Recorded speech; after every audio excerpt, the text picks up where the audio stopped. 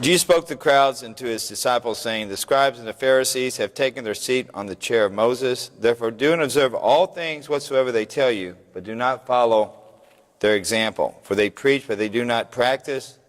They tie up heavy burdens, hard to carry, and lay them on people's shoulders. But they will not lift a finger to move them. All their works are performed to be seen.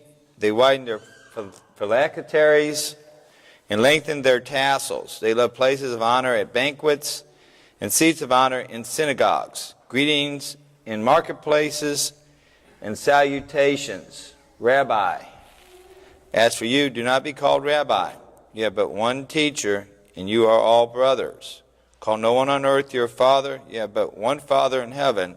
Do not be called Master. You have but one Master, the Christ. The greatest among you must be your servant. Whoever exalts himself will be humbled, but whoever humbles himself will be exalted. The gospel of the Lord. Praise to you, Lord Jesus Christ.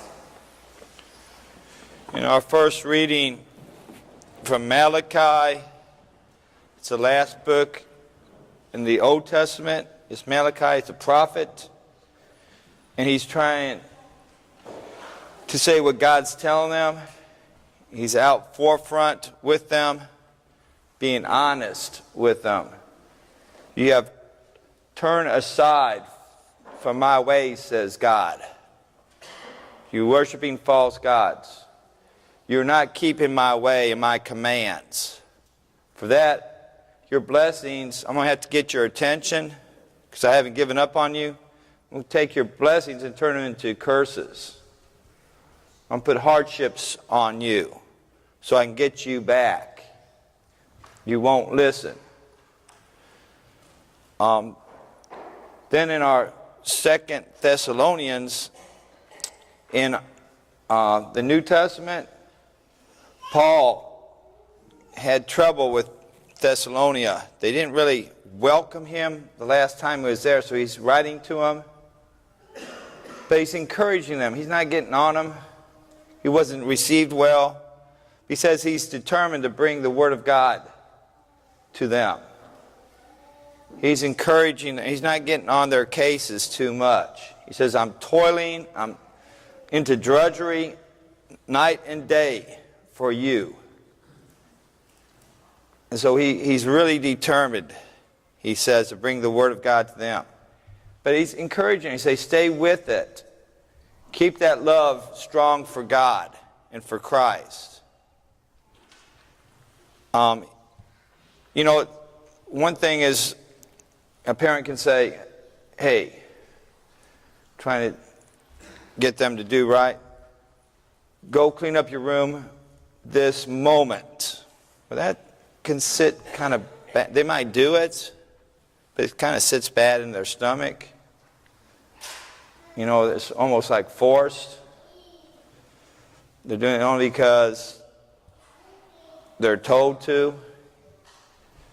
But what if the parent said, hey, I need you to clean up your room so that the whole house can be clean. Grandma's coming in a couple of days. I need you to do your part in cleaning up the house. We want it to look spick and span for Grandma. Can you do that for me? Can you do that for me? That's what St. Paul is doing, is encouraging them to follow the Lord in love. Encouragement. In the middle of encouragement is courage. Winston Churchill was Prime Minister of England during World War II. He was a hero when they won the war. Many people wanted him. He's asked for many things. One time he went to a commencement exercise to give the speech to the graduating class of some college. And there was a long introduction for him. Finally, it ended. He got up to the podium. He looked everybody into the eye and said, the guy had his attention, he said, never give up. Then he immediately went back to his chair and sat down. When all the commotion and staring was starting to be back on him. He got up, went back to the podium. He said, "Never give up." Then he went back and sat down. He did this for 5 times. Didn't say anything else. But he got his point home. During World War II, when England was the only one left fighting against the rest of Europe and Germany, when the bombings were merciless, hit onto England, everything just about destroyed and leveled, when everybody wanted the prime minister and his cabinet was on him too, for him to surrender. We got too many people dying and killed, innocent people. He never gave up. He knew that if he did, evil would win, and never would it be same again in this world. We wouldn't be sitting here today if he gave up. Never give up. God never gives up on us. God never gives up on us. When our first parents, Adam and Eve, when they broke the first rule and the only rule, God never gave up. When Moses hid and was scared and trembling, God never gave up. When Abraham wandered and his wife Sarah laughed, God never gave up. When Saul got insane, the leader and the king, the first king, when he went insane, God never gave up. When David, supposed to be the person, plotted against Uriah and killed him, God never gave up. When King Ahaz sold out to Assyria, all the Jerusalem of the whole area, God never gave up. When Israel fell to pieces, God never gave up. When Judah,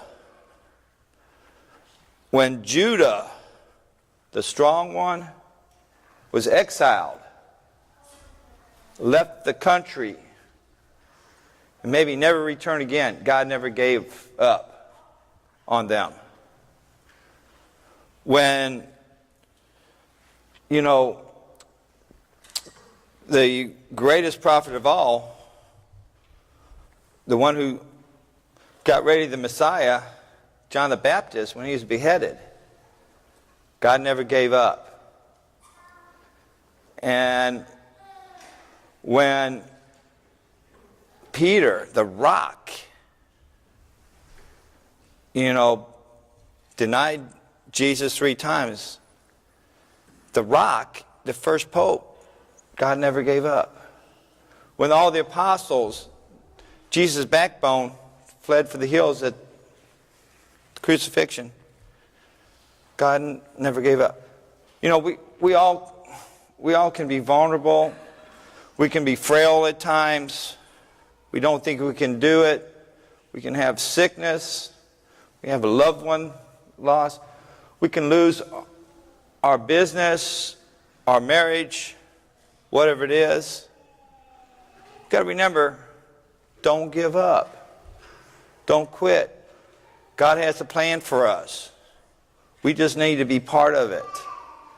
The antidote to sin and to death is Jesus dying on the cross for us. Turn to Him when we don't think we can do it. We don't think we can get over the hump. That we got to take our marbles and go home. Never give up.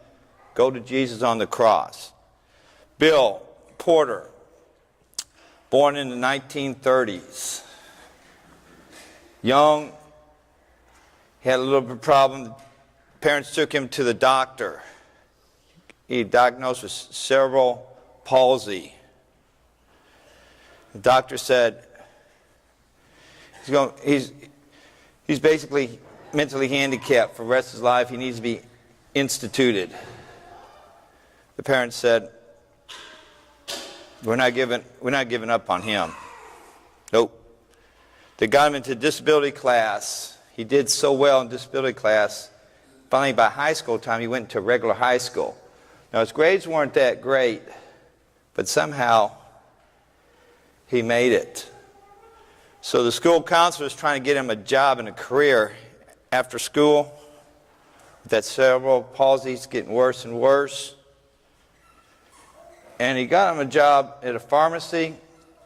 Problem was with the palsy, his hands were shaky, so when he had to put the different items on the shelves, guess what? He couldn't do it straight. They had to get rid of him. Then he got a job at Goodwill. And there at Goodwill, he had to load the docks, things coming in. But he was limited physically, and they noticed that, and they had to let him go. Then he got a job at Veterans Rehabilitation Center, and he got to, answer the phone. Problem was, his voice was a little slurred. He didn't last one day on that. Time and time again for 5 months, this counselor was working with him, trying to get him a job, even as a cashier. But his hands slipped on the buttons, and they had to let him go. Finally, he says, "You're not employable. You need to get disability and stay at home." But he was determined. He knew he could do something. He wasn't ready to quit quite yet. So he opened up the newspaper and went to the employment column and started calling to get interviews. One humiliation after another. He wouldn't hardly get any interviews, period. They all would say no on the phone before you could even put in the application. Finally, accompanied by Watkins, his door-to-door salesman. By the way, I worked for a short time for Watkins, for whatever that means. But Watkins was door-to-door, and they said to him, come on in, interview. He was so confident that he could do it that the manager said, "Okay, I'll give you a district." It's a little bit prejudice against him, but he said, "I'll give you a district to sell from item to item, door to door, but you're all based on commission." He said, "Okay, I'll do it." He gave him the worst possible place in Portland, Oregon. He lived in Portland, Oregon. Gave him the poverty-stricken, businesses closing, houses falling in on itself. But he was so glad to have a job finally. He had a briefcase with some pamphlets to sell the items. He went door to door.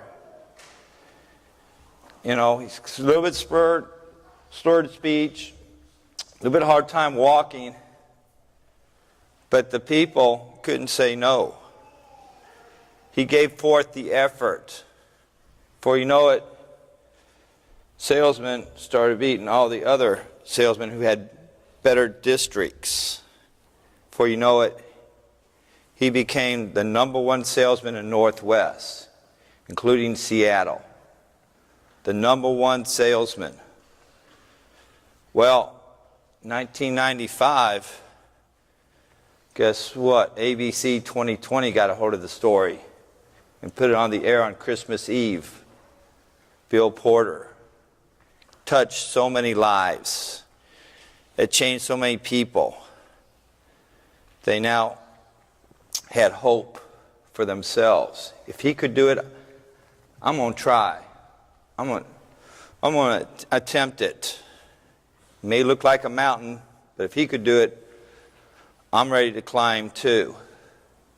Then HBO saw what a wonderful story that was, did a dramatic movie with William H. Macy as the actor.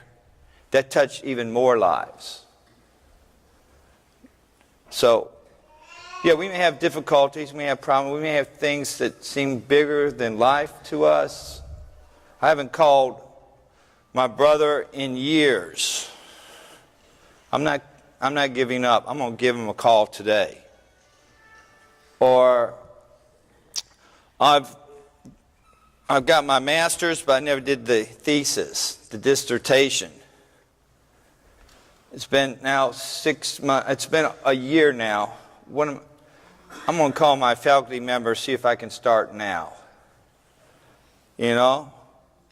Things that I've done a great sin. I don't think God can fix it. I got married outside the church.